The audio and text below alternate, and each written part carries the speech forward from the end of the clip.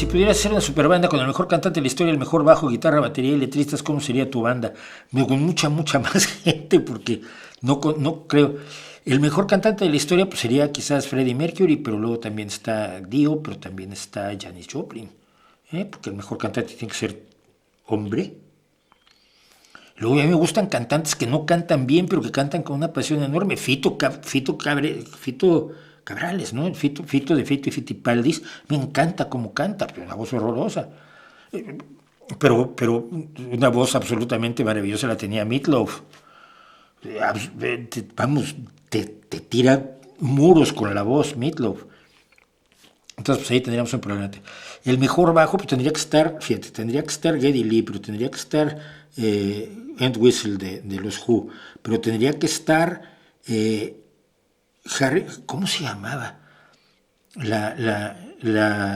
era la víbora, era Harry Mandel, el Topo, que era el bajista de Can't Hit, y que es de locura, es de lo mejor que hay, pero tendría que estar Paul McCartney. Entonces, pues así no llegamos a ningún lado.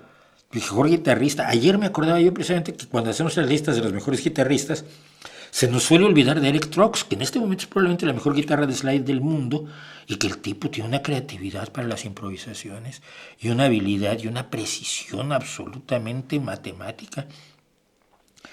Y se nos olvida meterlo ahí junto a Jimi Hendrix o a Brian May o a David Gilmour, que no hace florituras, pero hace los solos que deben hacerse. Entonces, no. Al vitaminino le gusta Steve Perry, fíjate.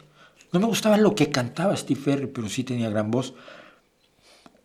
Y luego, ya si entramos en bateristas,